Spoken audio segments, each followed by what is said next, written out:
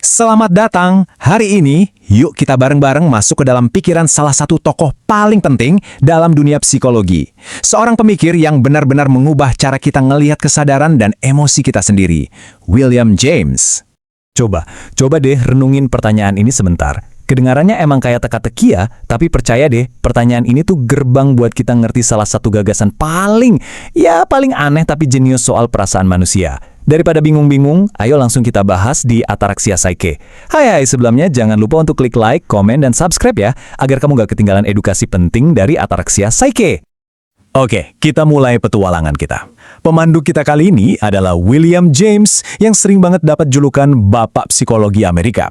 Tapi dia ini bukan sekedar akademisi biasa loh. Dia itu seorang filsuf sekaligus psikolog yang, berani banget mendobrak pemikiran-pemikiran yang udah ada di zamannya. Biar kita benar-benar paham seberapa keren pemikiran James, kita perlu mundur sedikit ke zamannya. Coba bayangin deh, pertengahan abad ke-19 ngomongin psikologi itu lebih kayak ngobrolin filsafat di ruang tamu sambil mikirin apa itu jiwa.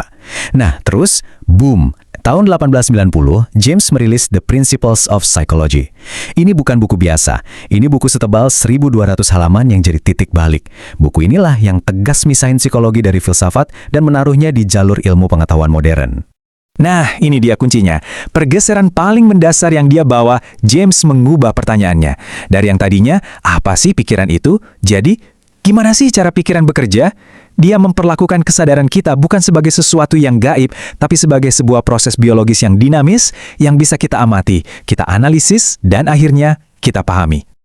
Sekarang kita masuk ke konsep besarnya yang pertama dan paling terkenal. Buat ngerti ini, coba deh lupain sejenak gambaran pikiran kita itu kayak lemari arsip. Jangan. Sebaliknya, bayangin pikiran kamu itu sebuah sungai yang ngalir terus tanpa henti. Konsep ini dia sebut stream of consciousness atau aliran kesadaran. Dulu sebelum James, banyak yang mikir kalau pikiran kita itu kayak rangkaian ide yang kepisah-pisah, kayak mata rantai gitu. Terus James datang dan bilang, salah besar. Pikiran kita itu jauh lebih cair, lebih hidup, persis kayak air yang berkelok-kelok di sungai. Analogi sungai ini benar-benar brilian karena ngegambarin sifat kesadaran kita dengan sempurna. Pertama, dia selalu mengalir. Sama kayak kamu nggak bisa masuk ke sungai yang sama 2 kali, kamu juga nggak akan pernah bisa mikirin hal yang sama persis 2 kali. Kenapa? Karena kamu dan situasi di sekitarmu itu selalu berubah. Kedua, sifatnya pribadi. Aliran pikiran saya jelas beda sama kamu. Kedalamannya, kecepatannya, semua unik. Ketiga, dia berkelanjutan. Alirannya nggak pernah benar-benar berhenti, bahkan waktu kita tidur dan mimpi. Dan yang paling penting, dia itu selektif. Dari jutaan informasi di sekitar kita, kesadaran kita itu milih jalurnya sendiri. Nentuin mau fokus kemana, dan mana yang mau diabaikan. Jadi apa dampaknya? Wah, besar banget. Perubahan dari metafora rantai ke sungai, ini merevolusi cara kita memahami dunia batin kita. Ini bukan sekedar teori loh. Ide ini jadi fondasi teknik sastra modern yang dipakai penulis-penulis hebat. Bahkan menginspirasi teknik asosiasi bebas dalam psikoterapi yang bantu kita bongkar lapisan terdalam pikiran kita.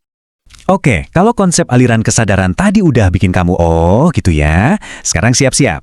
Karena ide James yang kedua ini bakal menantang asumsi paling dasar yang mungkin kamu punya tentang cara kerja perasaan. Inilah teorinya tentang emosi. Nah, kita balik lagi nih ke pertanyaan soal beruang tadi.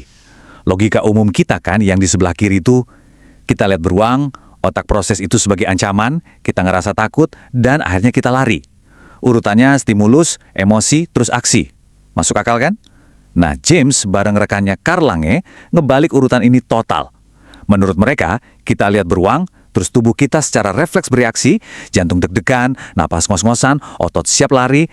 Baru setelah itu, otak kita ngebaca semua perubahan fisik ini dan nerjemahinya sebagai emosi yang kita sebut rasa takut. Ini dia inti gagasannya yang radikal. Emosi itu bukan pemicu reaksi fisik, tapi emosi adalah persepsi kita terhadap reaksi fisik itu sendiri. Jadi, rasa takut itu bukan sesuatu yang abstrak di kepala kita. Rasa takut itu adalah nama yang kita kasih buat sensasi jantung berdebar, nafas yang berat, dan kaki yang gemeteran pengen lari. Tanpa respons tubuh ini, kata James, ya nggak ada emosi yang bisa kita rasain. Biar gampang, kita pakai contoh sehari-hari. Kita sering mikirkan sedih dulu baru nangis. Kata James, kebalik. Ada pemicunya, terus tubuh kita merespons dengan nangis, bahu gemetar, tenggorokan sesak.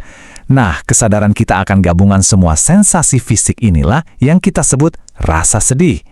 Coba deh ingat-ingat lagi, waktu kamu cemas, bukannya kamu ngerasain jantung berdebar atau perut mulas dulu. James nunjukin betapa kuatnya hubungan dua arah antara tubuh dan pikiran kita. Oke, setelah kita bedah dua gagasan raksasa dari James, sekarang coba kita tarik mundur sebentar dan lihat kenapa ide-ide yang umurnya udah lebih dari seabad ini masih relevan banget sampai hari ini. Cukup dengan dua ide ini aja, aliran kesadaran dan teori emosi, William James udah memantapkan namanya sebagai pilar utama dalam bangunan psikologi modern. Kontribusinya itu benar-benar fundamental dan mendasar banget. Kutipan ini, wah keren banget sih. Dan ngerangkum semangat pemikiran dia. Kalau kesadaran kita bisa milih fokusnya, dan kalau perasaan kita bisa dipengaruhi sama tindakan kita, itu artinya apa? Artinya, kita punya kekuatan buat ngebentuk realitas batin kita sendiri. Ini pesan yang luar biasa memberdayakan kan? Dan inilah warisan terbesarnya. James itu memanusiakan psikologi. Dia membawa fokus dari yang tadinya abstrak, jadi ke pengalaman nyata setiap individu. Gagasannya tentang gimana tindakan bisa ngebentuk perasaan, itu jadi cikal bakal terapi modern kayak terapi perilaku kognitif atau CBT. Pemahamannya soal koneksi tubuh dan pikiran juga nyambung banget sama praktek kesehatan modern kayak mindfulness dan meditasi. Intinya, dia ngajarin kita kalau kita ini pemain aktif, bukan cuma penonton pasif dalam kehidupan mental kita. Nah, ini membawa kita ke sebuah pertanyaan terakhir yang bukan cuma buat direnungin, tapi buat dijalanin. Pembahasan ini bukan cuma soal sejarah, tapi juga soal kamu. Kalau James benar, kalau tindakan kita bisa ngebentuk emosi kita, berarti setiap pilihan kecil yang kita buat, mulai dari menegakkan punggung, narik napas dalam-dalam, sampai sekedar senyum, itu semua punya potensi buat ngubah arah aliran sungai kesadaran kita.